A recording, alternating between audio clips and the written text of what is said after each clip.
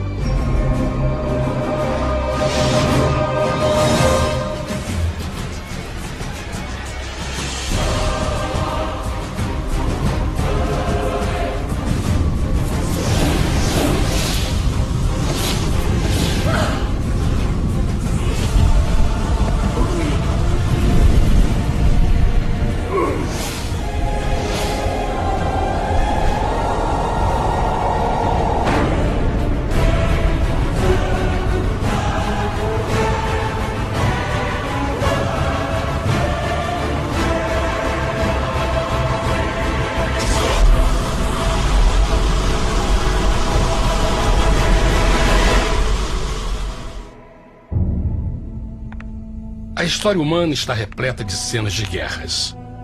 E todas as pessoas já experimentaram conflitos. Mas para entender a origem do mal, devemos viajar ao passado para a Primeira Guerra do Universo. Porque esta guerra não aconteceu na Terra. Antes que o nosso mundo existisse, houve uma guerra no céu. Mesmo as palavras guerra no céu soam como uma contradição. É quase inimaginável para nós que pudesse haver batalhas e conflitos entre as criações de Deus no paraíso. O que pode ter causado este conflito celestial? Graças a um livro antigo chamado Bíblia, temos detalhes suficientes para poder juntar as peças e desatar os nós. Mesmo que trágica, é uma extraordinária e bela história de amor que vai desde o princípio dos tempos até tocar pessoalmente a você, a mim e a cada indivíduo na Terra. Nossa história começa há muito tempo atrás na capital do universo. Em um lugar chamado Céu, que estava repleto de seres angelicais que amavam fazer a vontade de Deus.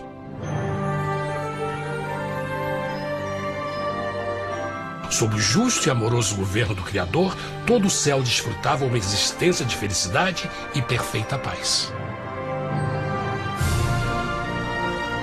O príncipe supremo do paraíso e comandante dos anjos era o poderoso e amoroso Filho de Deus, mais conhecido com o nome que adotou quando veio à Terra, Jesus. Ele tinha o mesmo propósito e pensamento com Deus, o Pai. O céu, sob o comando compassivo do Pai, Filho e Espírito Santo, provou ser um maravilhoso lugar de paz e alegria. Para realizar as ordens de Deus, a Trindade estava rodeada de um oceano virtual de inumeráveis espíritos ministradores chamados serafins e querubins, mais conhecidos como anjos. Estas poderosas e inteligentes criaturas descobriram que a felicidade estava em cumprir as ordens do Todo-Poderoso. Mas Deus criou um extraordinário anjo para atuar como líder de toda a multidão celestial. A Bíblia nos diz que seu nome era Lúcifer, que significa portador da luz. Este querubim foi o maior ser criado por Deus e assumia a posição mais próxima do trono de Deus, estando diretamente sob a autoridade de Jesus. A tarefa de Lúcifer era difundir a luz e o conhecimento da vontade de Deus a todos os outros anjos. Lúcifer foi o mais esplêndido ser criado por Deus. Era extremamente bonito e dotado de enormes poderes de liderança e organização. Entre os anjos, ele foi muito admirado, respeitado e amado como amigo. Mesmo assim, Deus previu o mal que Lúcifer estava a ponto de introduzir no reino da luz. Cheio de sabedoria e formosura, de todas as pedras preciosas te cobrias. Tu eras o querubim, ungido para cobrir, e te estabeleci. No monte santo de Deus estavas. No meio das pedras afogueadas andavas. Perfeito eras nos teus caminhos, desde o dia em que foste criado, até que se achou iniquidade em ti. Quando Lúcifer percebeu a sua beleza e poder, seu coração pouco a pouco começou a mudar. Permitiu que seu enfoque se afastasse de Deus e direcionou seu amor para si mesmo. Talvez nunca saberemos completamente como e porquê estas sementes de rebelião germinaram em seu coração. Mas o profeta Isaías nos dá uma visão do pensamento de Lúcifer. Como caíste desde o céu, ó estrela da manhã, filha da alva! Como foste cortado por terra, tu que debilitavas as nações! E tu dizias no teu coração: eu subirei ao céu, acima das estrelas de Deus exaltarei o meu trono. Subirei sobre as alturas das nuvens e serei semelhante ao Altíssimo. Lúcifer, aos poucos, começou a cobiçar o poder de Deus, mas não sua personalidade. Ao pensar em suas próprias habilidades e belezas extraordinárias, os perversos tentáculos do orgulho e vaidade congelaram sua mente. Este ressentimento e inveja fizeram com que ele violasse a lei sagrada de Deus e se rebelasse contra seu governo. Precisamos fazer uma pausa e esclarecer algo. Desde o princípio, Deus ordenou que as leis da física governassem o mundo material em que vivemos. Sem essas leis naturais, o universo seria um caos. Do mesmo modo, as leis morais de Deus sempre têm dado segurança e estabilidade ao cosmos. Alguns pensam que os 10 mandamentos não existiram, até que o Senhor os entregou a Moisés no Monte Sinai. Mas as Escrituras nos ensinam que os princípios das leis de Deus sempre existiram por toda a eternidade, pois são a base fundamental de seu reino de amor. Seguros todos os seus mandamentos, permanecem firmes para todo sempre e são feitos em verdade e retidão. Os 10 mandamentos são um resumo das características de um Deus de amor. Os primeiros 4 mandamentos descrevem quem é Deus, seu poder, seu território e autoridade. Os últimos 6 descrevem como é Deus, sua honestidade, sua pureza, sua fé. Todas estas coisas sempre foram verdade e sempre serão verdade. Agora, pela primeira vez na história da eternidade, Lúcifer começou a violar estes princípios perfeitos. Lúcifer sabia que se fosse compartilhar o poder e status de Deus, necessitaria de apoio. E deu início ao trabalho. Começou sorrateiramente a circular entre os outros anjos, plantando sementes de dúvida e descontentamento a respeito da liderança de Deus, ao mesmo tempo em que, sutilmente, revelava suas próprias virtudes. Ele insinuou que Deus abusava de seu poder divino e suas leis restringiam a verdadeira liberdade e felicidade de suas criaturas. Com seu raciocínio audaz e poder de influência, Lúcifer pôde persuadir a um grande número de anjos a se unirem para seu motim. Talvez se perguntem, como tantos anjos inteligentes puderam seguir esse desertor? Bom, lembrem que até esse ponto nenhum anjo tinha escutado uma mentira. E nesse primeiro estágio da rebelião, os anjos não perceberam a obsessão de Lúcifer em assumir a posição de Deus. Não sabiam que finalmente ele planejaria a tortura e o assassinato do Filho de Deus na cruz com a intenção de ocupar o seu trono. Estranhamente, Lúcifer pensou que poderia ocultar seus verdadeiros propósitos de Deus. Ai dos que querem esconder profundamente o seu propósito do Senhor e fazem as suas obras às escuras e dizem: quem nos vê e quem nos conhece? Não pense nem por um momento que a rebelião de Lúcifer surpreendeu Deus e o pegou desprevenido. O Senhor sabe de todas as coisas e os pensamentos de suas criaturas. Ele entendia exatamente o que estava se passando pela mente de Lúcifer. E piedosamente Deus advertiu o desgarrado anjo do perigo. Mas no final, o orgulho e a vaidade não permitiram que Lúcifer se arrependesse. Então, iniciou a rebelião total contra Deus em vez da humilde obediência. Alguns podem perguntar: isso significa que Deus criou um anjo defeituoso? Não, mas ele criou Lúcifer com livre-arbítrio. Verão que o livre-arbítrio é uma coisa maravilhosa, mas também muito perigosa, incluindo o risco de uma rebelião e a possibilidade de que o amor de Deus seja rejeitado. Vejam que o amor real não pode vir de uma criatura pré-programada e não pode ser forçado, deve ser voluntariamente dado. Por exemplo, mesmo que seja bonito este cachorro robô, na verdade, nunca poderá amar-me. Posso fazer que pareça que me ame, mas só estará seguindo instruções pré-programadas. Não tem opção. Por outro lado, este pequenino está realmente feliz em ver-me. Ele decidiu dar-me seu afeto. E com o tempo, nossa relação se fará mais forte, enquanto eu ame e cuide bem dele. Do mesmo modo, um Deus de amor só quer amor verdadeiro de suas criaturas. E para que isso aconteça, elas precisam ter o livre-arbítrio. A rebelião de Lúcifer é a maior evidência de que ele tinha esta liberdade. Agora, a grande pergunta é: como Deus enfrentaria esta crise?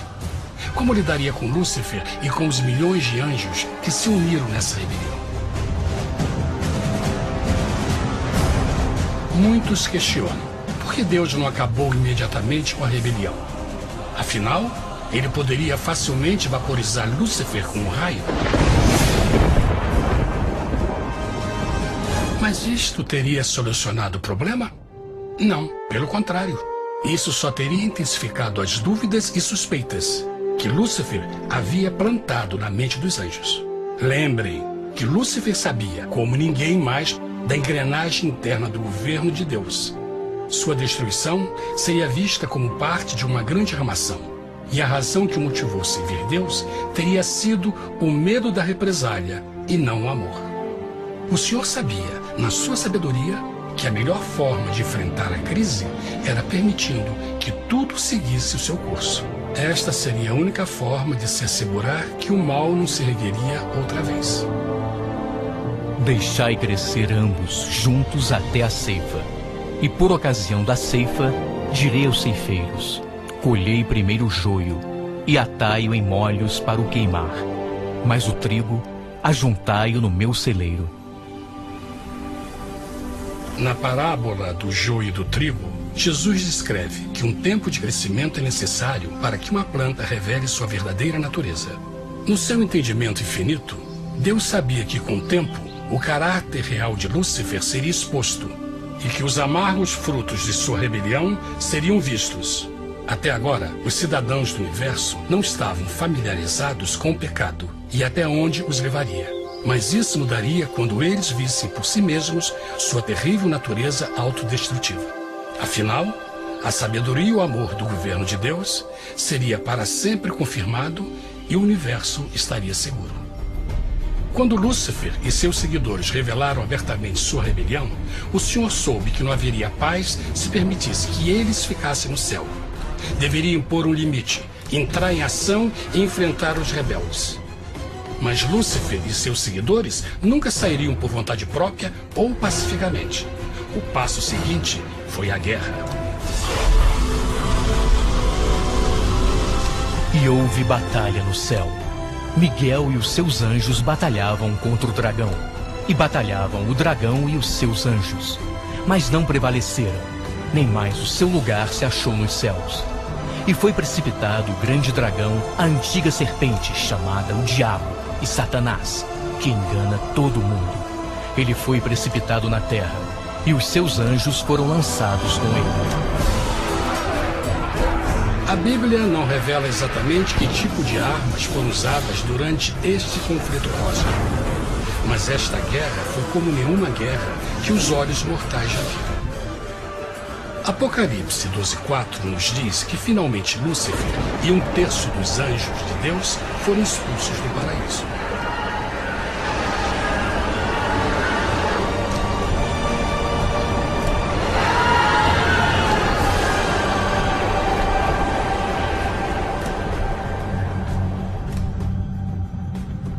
Mas e agora?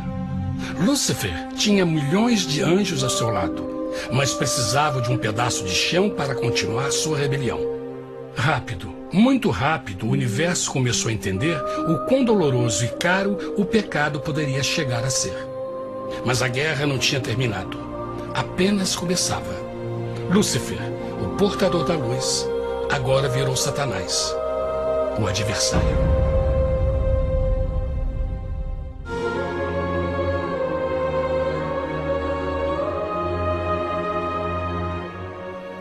Depois da guerra no céu, Satanás e seus anjos caídos foram expulsos da corte de glória. Por um tempo, o diabo e seus demônios vagaram pelo universo buscando inutilmente mundos que se compadeceram e se uniram à sua rebelião. Enquanto isto, o coração de Deus sentia intensamente o vazio que deixou a perda de Lúcifer e seus anjos. Então o Pai, o Filho e o Espírito Santo retomaram seu trabalho favorito, o maravilhoso trabalho da criação. Decidiram fazer um mundo novo, pleno, com muita variedade e diversas criaturas de amor. Este novo mundo seria único, porque as criaturas principais seriam feitas à imagem de Deus. Para eles, o Senhor também daria o domínio deste planeta novo, que conhecemos como Terra.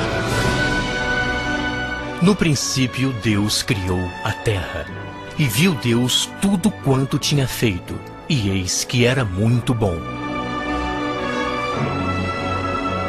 Que imagem maravilhosa! Deus forma um novo mundo, nosso planeta, Terra. E em cada maravilhoso dia da criação, algo novo e espetacular começa a fazer parte da cena. Por exemplo, no terceiro dia, Deus falou e uma linda e exuberante vegetação fez parte da existência. Plantas de todas as cores, formas e tamanhos. No quinto dia, o mundo estava repleto de espantosas e exóticas criaturas, que podiam tanto se elevar aos céus como deslizar pelas águas azuis. E outras podiam fazer as duas coisas. No sexto dia, houve a introdução de um grande número de animais terrestres. Desde o gigante elefante até o pequeno esquilo, cada um encontrou um lugar nesse novo planeta para viver em harmonia com o resto da criação. E também no sexto dia, Deus criou o homem. E disse Deus: façamos o homem à nossa imagem, conforme a nossa semelhança. E formou o Senhor Deus o homem do pó da terra, e soprou em suas narinas o fôlego da vida, e o homem foi feito alma vivente.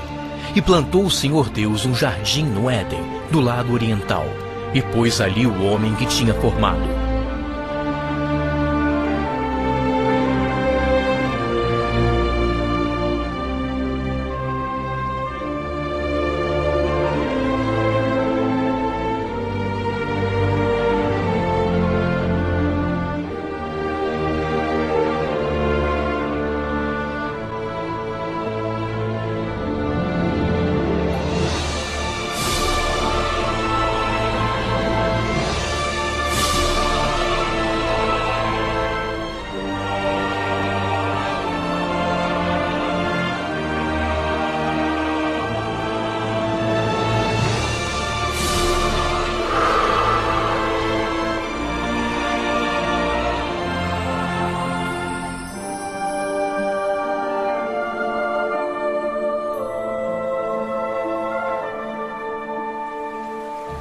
Mas que grande honra ser criado à semelhança de Deus, ser um indivíduo com liberdade de pensamento.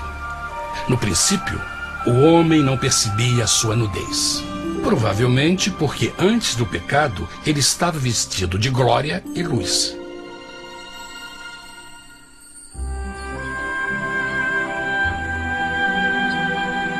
Deus também criou a companheira perfeita para Adão, sua bela esposa Eva.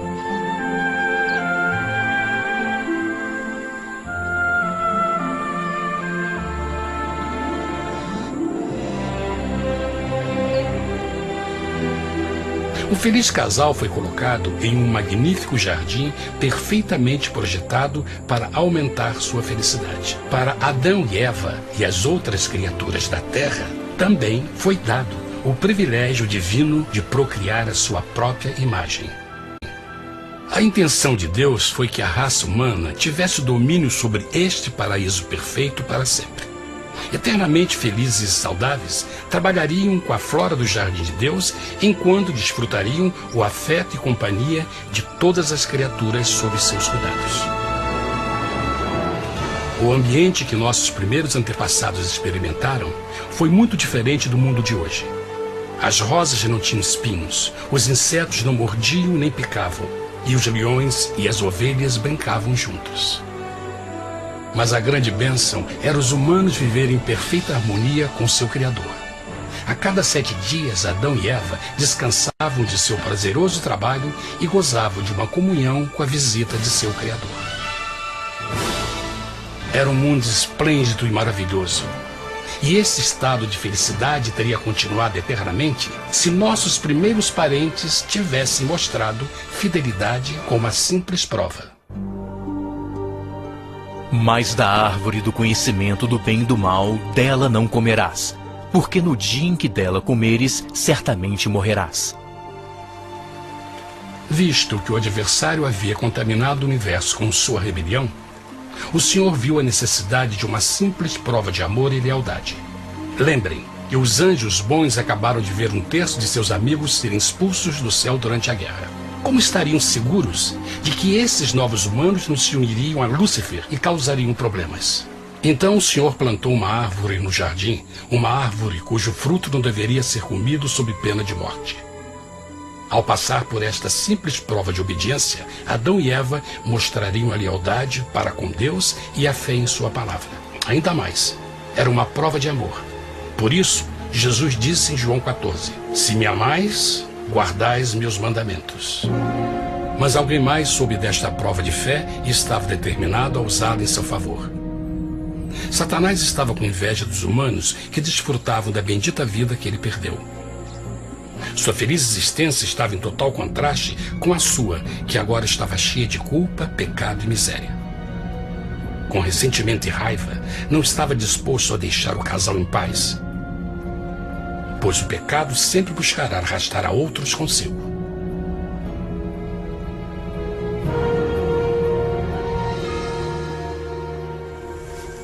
Então um dia, quando Eva estava concentrada em seu agradável trabalho, se viu sozinha e muito perto da árvore proibida.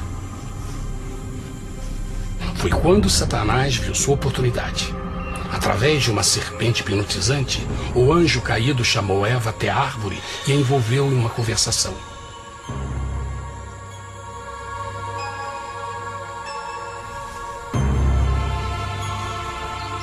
Suas palavras encantadoras foram cuidadosamente calculadas para gerar desconfiança a Deus.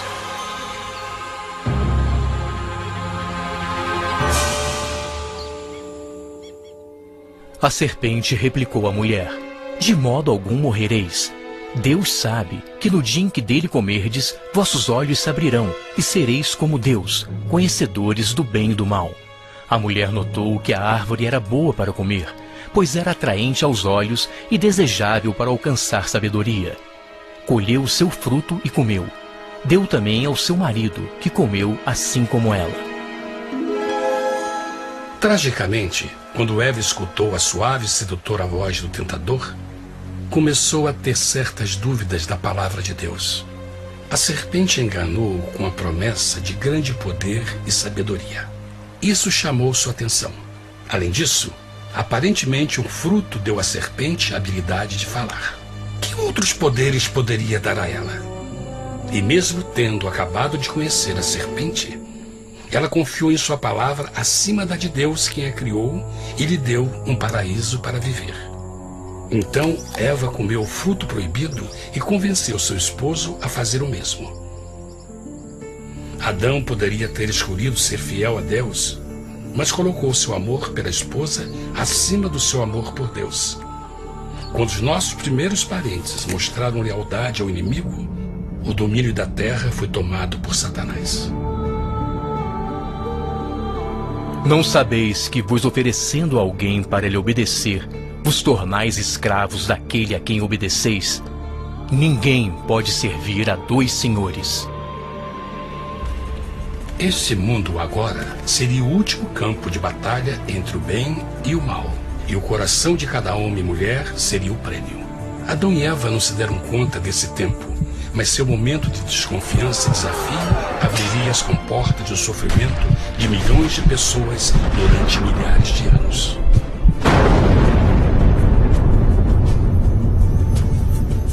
Portanto, como o pecado entrou no mundo por um homem, e por ele a morte, e assim a morte transmitiu-se a todos os homens naquele em quem todos pecaram. Nossos primeiros parentes logo enfrentaram o terrível resultado de seu pecado. Em estado santo, Adão e Eva resplandeciam com túnicas de glória. Depois de pecarem, suas túnicas naturais de luz se desfizeram e eles ficaram mortificados com a sensação de sua nudez. Vergonha e temor tomaram lugar de sua alegria e paz e trataram de cobrir sua nudez com folhas. Agora eles se encontravam sob constante influência do diabo. Ao ceder à tentação, debilitaram sua natureza. E Satanás ganhou poder sobre a humanidade. As pessoas não podiam resistir às tentações do diabo com sua própria força. Por último, e o mais aterrador, se encontravam vivendo sob a pena de morte iminente. Deus havia advertido que a desobediência traria a morte. Já tinha experimentado a morte espiritual. Quanto tempo passaria para sofrerem a morte física também? Nesse ponto, seu futuro não tinha nada mais que escuridão e desespero. Tendo expulsado o homem, colocou diante do jardim do Éden os querubins com o cintilar da espada flamejante, para guardar o caminho da árvore da vida. Como o pecado provocou a expulsão dos anjos caídos de seu lar celestial, agora pela desobediência, Adão e Eva foram tirados de seu jardim, seu lar no paraíso. Tudo à sua volta estava mudando rapidamente, e a humanidade se encontrou suscetível às dores, doenças e finalmente à morte. Até os animais e plantas estavam infectados pela terrível maldição. Os espinhos e cardos agora pareciam árvores e flores, e os animais que antes eram gentis começaram a se matar e a devorar uns aos outros. O pior resultado foi que o pecado separou a humanidade de Deus. Mas vossas iniquidades cavaram um abismo entre vós e vosso Deus. São vossos pecados que ocultaram de vós sua face, para não vos escutar. Na criação, foram dados a Adão e Eva a honra de falar com os anjos, e até com o Filho de Deus cara a cara. Mas Deus é tão puro e santo que nenhum mal pode existir na sua presença. Agora que os primeiros humanos tinham pecado, Deus afastou sua santa presença deles para a sua própria proteção. O pecado tinha queimado uma parte da alma do homem que já não podia ver a dimensão espiritual. Deste momento em diante, a comunicação com o céu seria limitada. Mesmo com todas estas maldições caindo sobre Adão e Eva, o coração do Senhor se encheu de compaixão. A lei que haviam violado não poderia ser alterada para salvá-los, pois é tão sagrada e imutável como Deus mesmo. O Senhor sabia que havia só uma maneira na qual o homem podia se redimir. Então um plano foi revelado, nascido do fundo do coração de Deus. Um plano para salvar o homem de seu encontro com a morte eterna e restaurar tudo que estava perdido com o pecado. Seria de grande intensidade, alcance e poder, mas seria um plano que também implicaria num enorme sacrifício. O amor de Deus para conosco se manifestou por ter enviado ao mundo seu Filho unigênito, a fim de vivermos por ele. Nisto consiste o amor, não em termos nos amado a Deus, mas em ele nos ter amado e enviado seu Filho para se sacrificar por nossos pecados.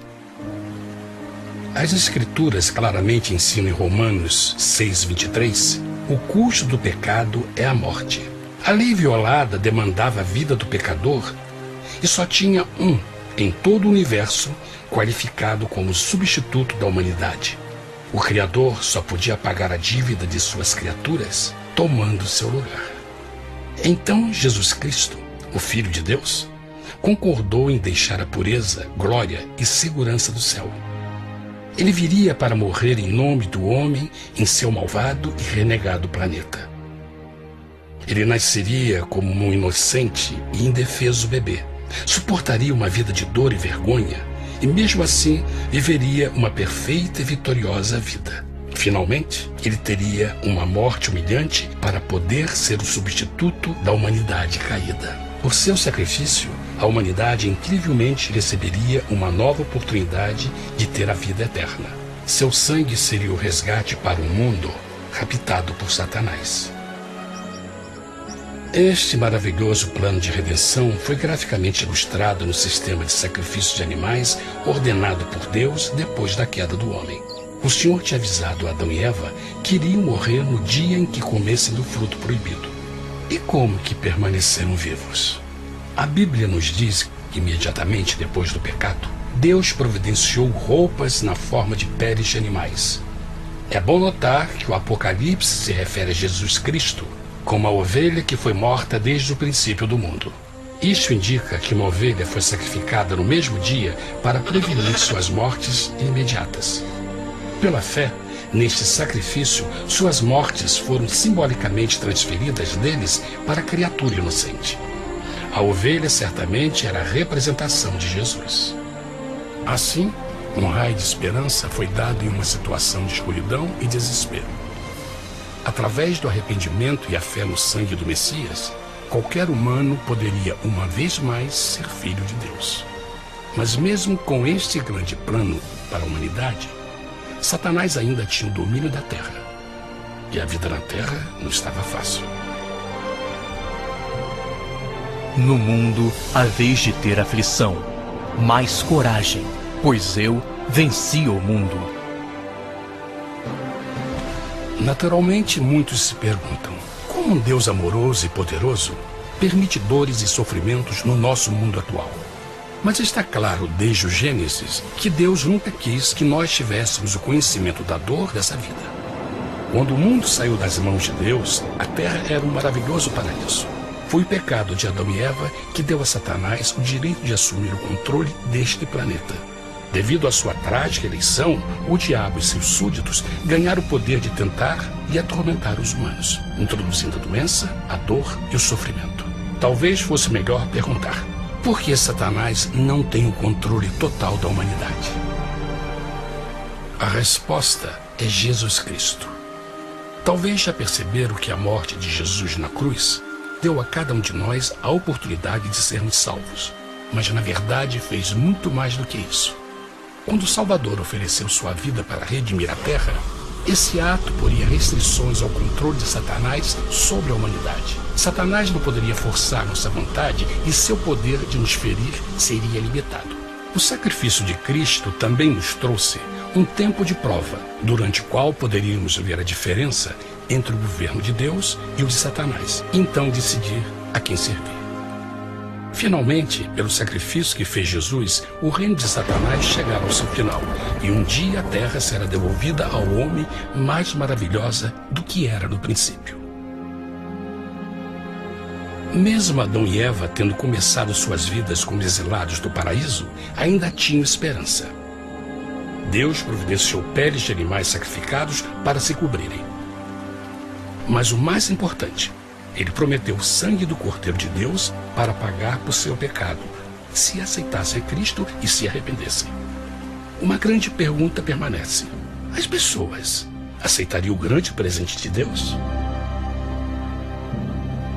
Como escaparemos se agora desprezarmos a mensagem tão sublime da salvação?